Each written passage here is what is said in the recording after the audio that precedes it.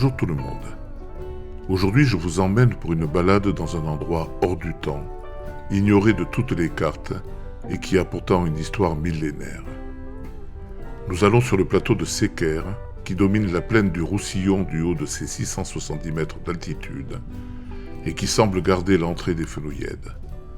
Un plateau aride et difficile, écrasé de chaleur et de soleil en été et battu par une tramontane glaciale en hiver. De nos jours occupé par quelques rares habitants, il a gardé un caractère sauvage et une beauté brute qui font tout son charme.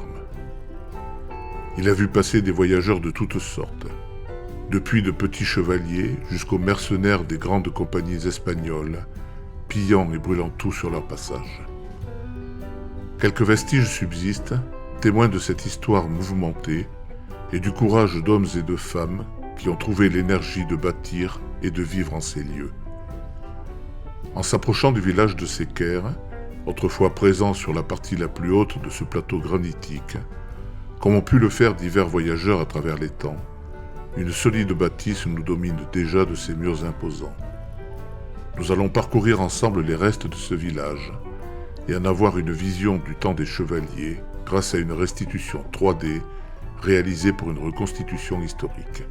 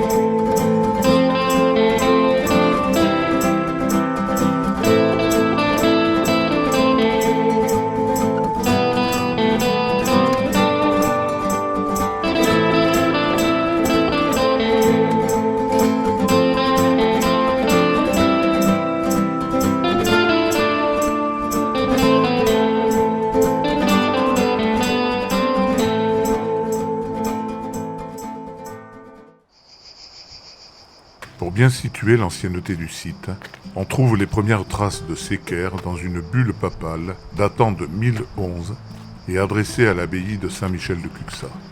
Ensuite, le plateau et le village sont mentionnés à de multiples reprises à travers les siècles. Il ne subsiste maintenant que les ruines de la ferme fortifiée et de la chapelle dédiée à Saint-Vincent, ainsi que quelques pans de murs permettant de localiser les maisons. Quelle émotion d'emprunter cette ruelle qui permet l'accès au village et par laquelle sont arrivés tant de voyageurs et de chevaliers au cours des siècles. Tout autour de la ferme et de l'église était organisée une communauté dont on a maintenant du mal à imaginer la vie quotidienne.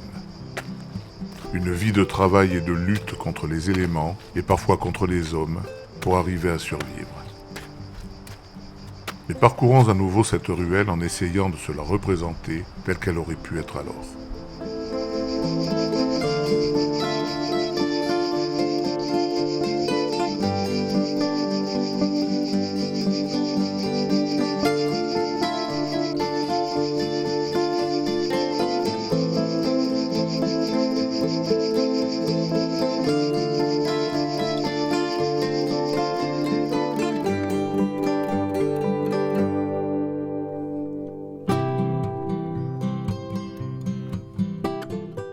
Point fort du village, cette ferme fut édifiée à la fin du XIIe siècle et brûlée par les mercenaires des grandes compagnies espagnoles au XIVe siècle.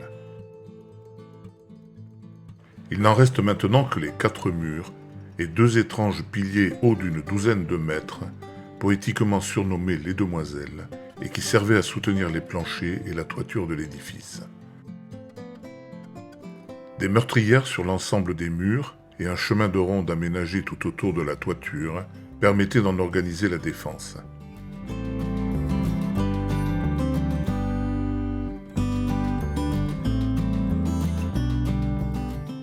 Plus qu'un château, il s'agissait d'une ferme fortifiée ou maison forte, destinée à résister quelques heures à l'assaut d'une petite troupe.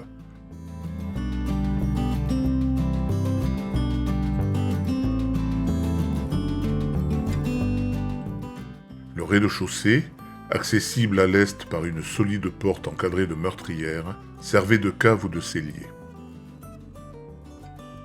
L'accès au premier étage se faisait par un escalier amovible extérieur, situé sur la face sud de l'édifice, comme on peut le voir ici. Les étages supérieurs étaient à destination résidentielle pour la famille propriétaire, parents ou alliés des grandes familles seigneuriales. Regroupées autour de cette ferme fortifiée, les maisons du village ne sont plus que ruines, et seuls quelques pans de murs et amoncellements de pierres en indiquent l'emplacement et permettent ainsi de les situer assez précisément. Ces maisons étaient modestes, sans étage, les familles et les animaux vivant sous le même toit. D'après le nombre de maisons, on peut en déduire que le village de Séquer ne devait abriter au maximum qu'une vingtaine de foyers, ne représentant que quelques dizaines de personnes. À l'autre extrémité du village se dressent les restes d'une chapelle romane dédiée à Saint Vincent.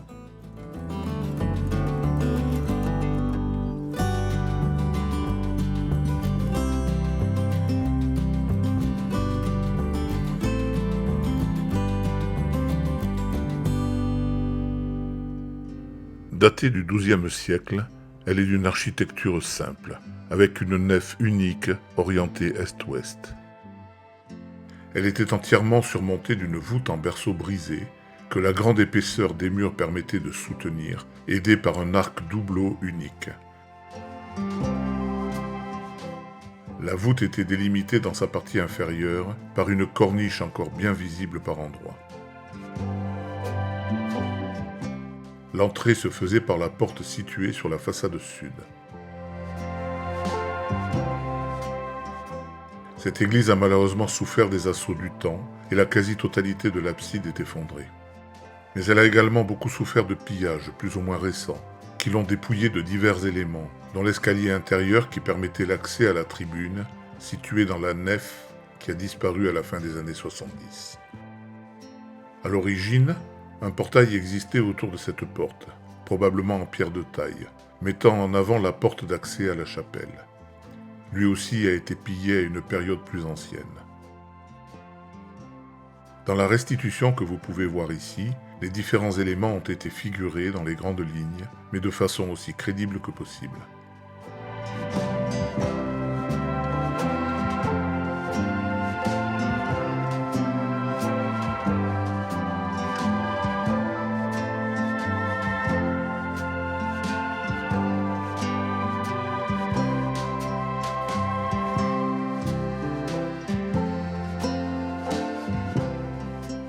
Je me suis également risqué à essayer de rendre l'ambiance de l'intérieur de cette église, maintenant défigurée par le temps et les événements.